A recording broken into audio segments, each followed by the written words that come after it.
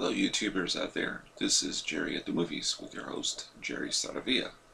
And today I'm going to talk about the IMAX presentation that I saw of Raiders of the Lost Ark. As you all know, of course, this is the first Indiana Jones movie that was released in June 12th of 1981.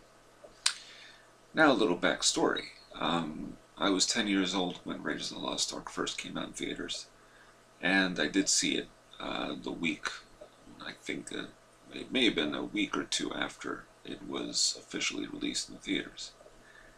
And prior to that, I read this Marvel-comics-adaptation. Back in the day when they used to do such a thing, issue 1 of 4. And I read this first, just the first issue. And I looked at it, I read it, and I didn't like it one bit. I just said, oh, okay, and just put it aside. And then when I heard we were going to go see this movie, I saw the poster for the film, and I thought, well, this is just like some sort of a Western. And my father said, well, it's from the makers of Star Wars and Jaws, which is how it was advertised back then. And I thought, okay, fine. And as the movie started, which was a full house, it just changed my life. It changed my life because it made me aware that there were movies that, it made movies fun in a way, that went beyond even Star Wars.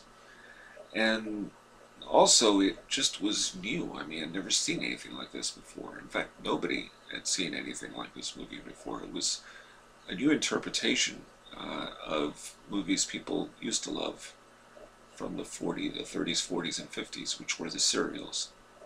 And the serials, as you all know, is like the ones with Flash Gordon that had Buster Crabbe.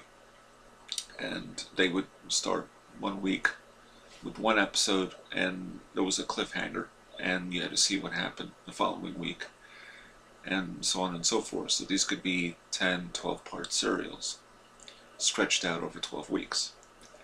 And I'd seen some of these serials at a public library, actually. They had shown 3 or 4 of them put together, which was with Larry Crabb as Flash Gordon and Buck Rogers. And so, but here was a movie that combined 12 parts of a serial into one film.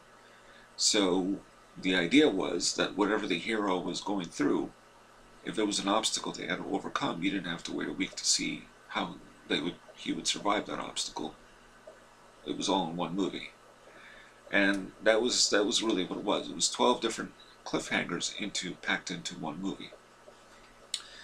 But Raiders was not done necessarily in the same spirit as far as the light touch, let's say, that those serials had. In fact, it has that intensity to it, and that level of escapism that was, again, very, very different. I mean, nobody had ever seen this before, where somebody's outrunning a giant boulder, or narrowly escaping a collapsed wall, or, you know, everyone knows what these movies are about. So it changed my life, because it just made me much more enamored of cinema than I had been prior. And anyway, so this was a full house that I saw back then in 1981, and I never forgot that experience. And so about a year later, I was living in New York at that time, and CYO day camp. I'd been a camper. And a field trip one day was to go see Raiders of the Lost Ark, and this was in 1982, which I believe that was the year they re-released the movie in theaters. And the poster read "The Return of the Great Adventure." This was already after the movie had played in theaters for a full year. That's when they used to do things like that. First run, 1 year. And when I saw it, it was a bunch of kids together, and we saw the movie, and it was like they were in a trance, interestingly enough. I think because they'd never seen anything like this before, or they had already seen it once before, but they weren't, how can I put it, I didn't hear the audience participation of that first screening. Anyway, so I saw the movie then twice in theaters, back in 81 and 82, and then I didn't see it again until today. And I'd seen the movie probably more times than any other movie I've ever seen. That goes along with Orson Welles' Touch of Evil, even the other Indiana Jones movies, any Spielberg film, Star Wars even. I mean, I'd seen Raiders many more times on home video and DVD. Never in a theater, and until now, and it is an amazing, amazing picture quality. I mean, this was like seeing it fresh for the first time back in 1981. It was really, like, really being taken back to 1981. The sound is amazing. It sounds exactly the way I remember it. Everything from the sound of that boulder chasing Indiana Jones, or the sound, the wind sound, which you hear a lot of in the movie, particularly when they're opening they're digging through the Well of Souls to find the Ark, and you see all this lightning, everything. You hear the swoosh of the wind, and but the music, everything, including the moment that I think was only captured perfectly in terms of home video on VHS in I think 1999, 99 or 2000. They re-released the movies and remastered them and all this stuff, letterbox for VHS. And the moment is when Forrestal, the archaeologist that is inside that Peruvian temple at the very beginning of the movie, looking for the golden idol, and you see the light trap that Indiana Jones touches with his hand, and the spikes come out, this corpse, you know, springs forward, and the sound was exactly the way that I remembered it. And you would only get that from the VHS letterbox, and even DVD. I can't say about Blu-ray, but that sound was, I mean, I just knew they did this right. They did it the right way. The sound is a very specific thing in that movie. The only thing is the whip, the snap of the whip is right, but the actual, how can I put it, elongating that whip and that swishing sound wasn't exactly right, I don't think. But the snap was right.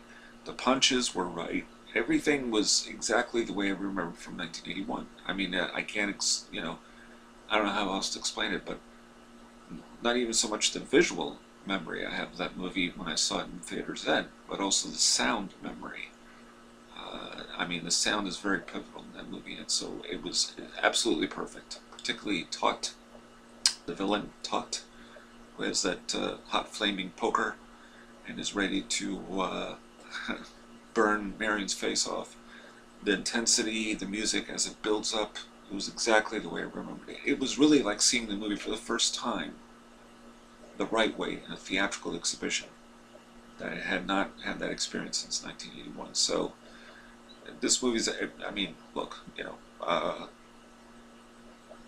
aside from the Indiana Jones sequels and prequel, there's no other movie that comes close to what Raiders did, which was, again, to take 12 chapters of a serial, put them all together with a variety of cliffhangers, and the escapist notion of that Spielberg artfully put together. It was just something that I think only Spielberg really knew how to do it, and do it better than they ever did in the past or since. I mean, I've enjoyed many of Spielberg's films, you know, but and especially the other Indiana Jones movies. But Raiders, that was the template, you know. I mean, that was it. I don't know if I would have responded differently if I'd not seen it first. I don't know.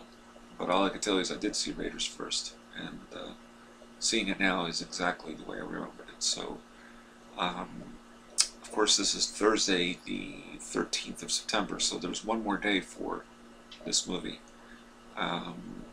AMC Theaters is running all 4 films in the IMAX format on Saturday. And so I would say any chance you get to see these movies. The theater, nothing beats the theater. When you see a movie in a theater, I mean, nothing beats it. Home video, DVD, the best Blu-ray in the world doesn't equal the experience of a theatrical exhibition. And the reason is, as once Gene Siskel said, that when you see a movie, you have no control over it. Because on this big screen, you can't control it. Especially the movie, you can't pause it, you can't do anything. You can maybe go through a bathroom break, but you can't. If you hate the movie, you can escape from it and just leave. But you can't beat that experience, particularly for a great movie. So Raiders is it. I highly recommend people see it. If you haven't seen it before in a movie theater, and you've only seen it on home video, I mean, see it in this format. It's unbelievable. I've read some complaints about some people about the IMAX format, that it was blurry in spots or this and that and the other. I didn't find any of that to be true. This movie, it looked like a brand new movie that just came out. They did an amazing job restoring it, and I thought they already pretty much, restored the film before, but now it looks like it was just made yesterday. It's an unbelievable experience, so definitely see it. One thing I noticed that I didn't notice before is Jock, played by Fred Sorensen, who I actually did manage to interview. He's the pilot at the beginning of the film that helps Indiana Jones escape from the Hovito Indians. And I never noticed this before, but again, seeing it on a big screen, no matter how many times you see a movie, you notice the little details a lot more. And he's wearing like a little patch, a blue patch, on his shirt that says his name, Jock. Never noticed that before. So, definitely go see this movie. It's an unbelievable experience, and it cannot be equaled. I've said this before for the last 30 years. I'm going to keep saying it. I have not ever seen a better action adventure film than Raiders of the Lost Ark. There just has not been a better one than that. That is the standard. I always say, you watch that movie and Adventures of Robin Hood with Errol Flynn, and you've got more action and thrills than you could ever have. Yeah, it is the definitive movie, and the IMAX screening proved it, I think. So if you love Indiana Jones and you're a fan, go see it. Absolutely go see it. I think today is actually the last day they show it in IMAX, unless of course you catch it on Saturday at an AMC theater, which runs all 4 films. Although that would be a little overwhelming even for me at my age. So there it is. Raiders of the Lost Ark, IMAX. Check it out. And I look forward to someday checking out the Blu-ray. But picture quality in this, I don't think it can be beaten. No way. This is the definitive way of watching it. So until then, I'm your host, Jerry Saravia, signing off.